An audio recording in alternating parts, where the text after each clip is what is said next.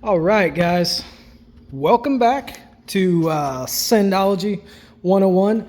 It has been a while since I've done any sort of update on the Neon, or really even talked about the Neon, because I just have been relatively busy. So let's take a moment. Let's talk about it. The car is back together, as you can see. It runs. The last update I believe I gave was that I had gotten a new head for it. That head worked. I do wish that I had the ported head. I have not heard from the machinist that has that head, but oh well, so be it. Anyways, the car does run. It runs pretty well. It runs pretty well. I could ask for more, and we'll talk about that. But the rebuilt engine is good. I've got approximately a little over 500 miles on it at this point. I've been driving it, here and there on the week, but it's alive.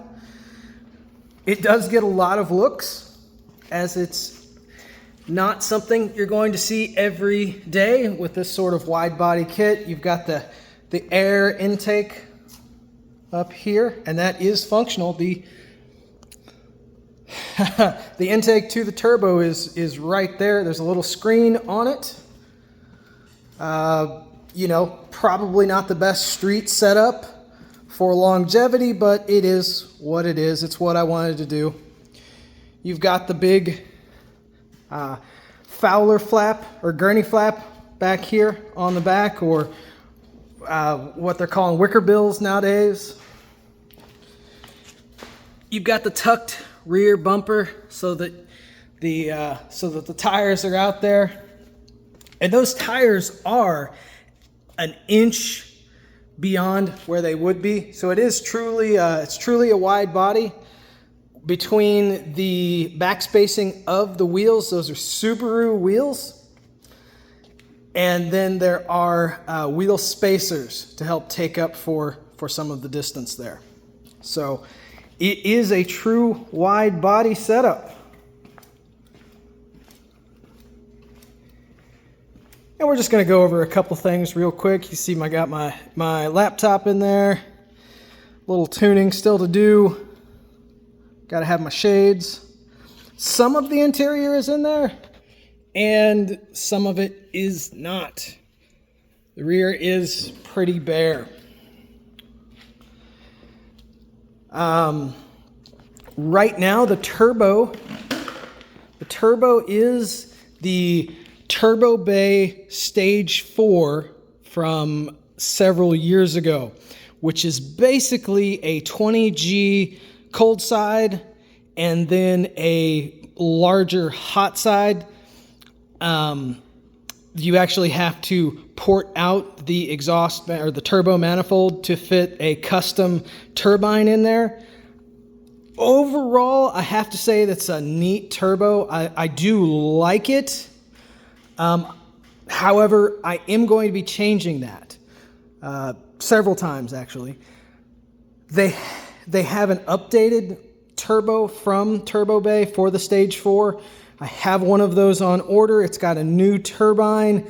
I can't remember if the cold side's changed any, but that is one option that I'm looking at. Actually, I have on order. We're going to do some back-to-back testing on some we're going to do some testing on various stock frame Stage 3 turbos over the next year or so. But for now, like I said, it is a Stage 4 from Turbo Bay. That turbo has the capability, probably with E85 and the proper setup, to push about 450 horsepower.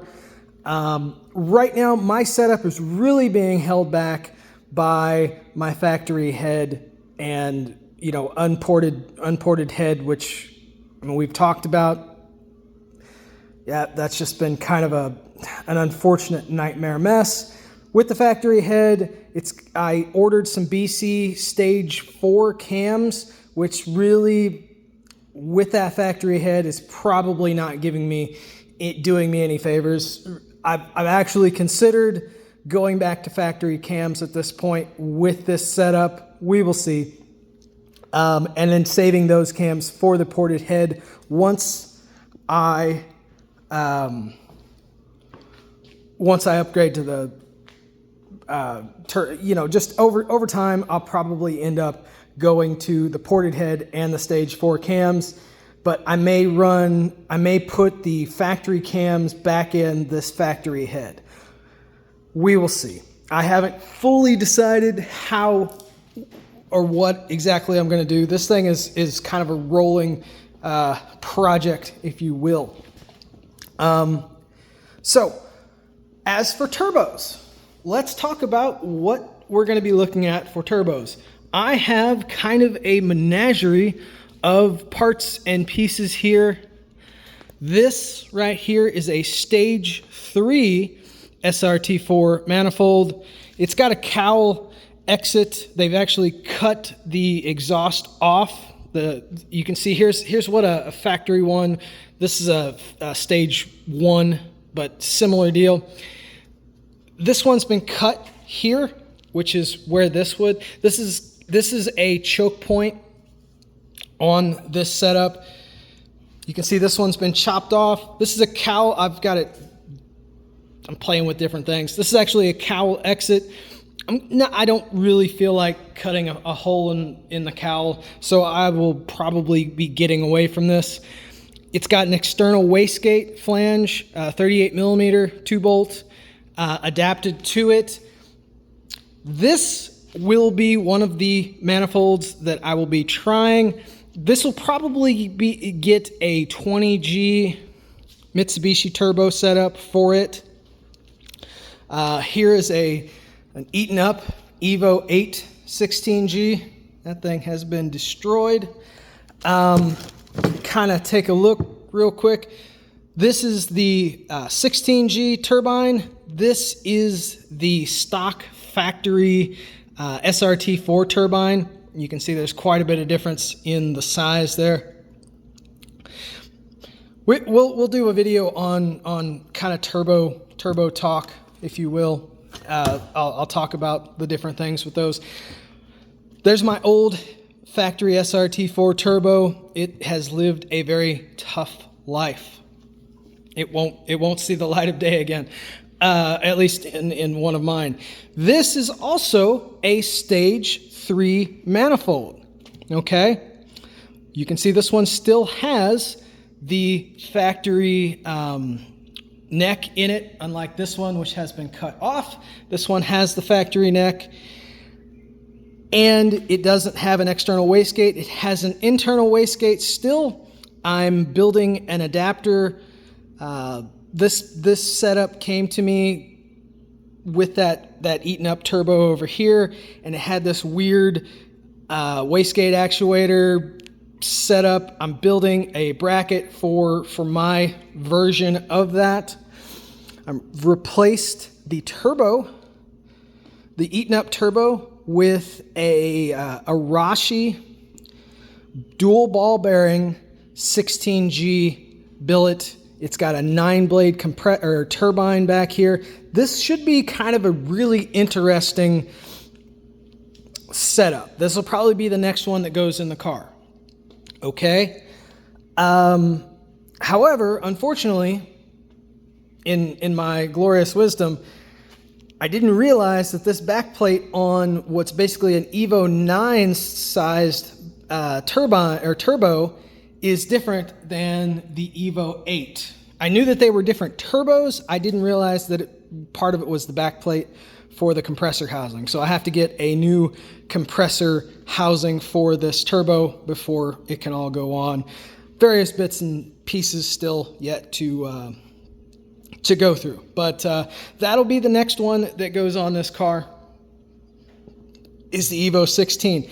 Now, the thing is, the compressor is actually smaller than the compressor that is on the car currently, but the turbine is larger. So it should actually have the capabilities to produce more horsepower easily because the turbine is not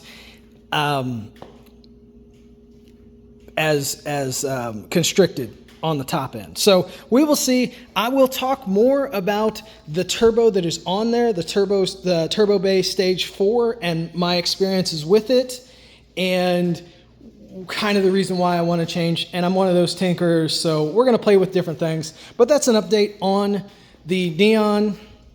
If you have any questions about the car, the way it's set up, we'll look under the hood another day. But this was just a quick update video that I've been meaning to do. And then of course we got the Challenger over there, which has pretty much stayed the same this year. I do want to put the one of the interchiller setups on it probably over the winter, but I haven't done that. I've just driven this car from time to time and really haven't done anything to it but tried to keep it clean and in good shape.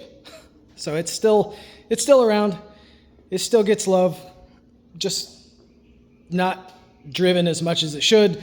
I really probably don't drive either of these as much as I should. So maybe I'll get better at that. But that's been an update on what's been going on with the different things. The car is running. We'll get some more detail on it as time goes on and what we're doing turbo-wise. So that's it. I'll catch you on the next one. Later.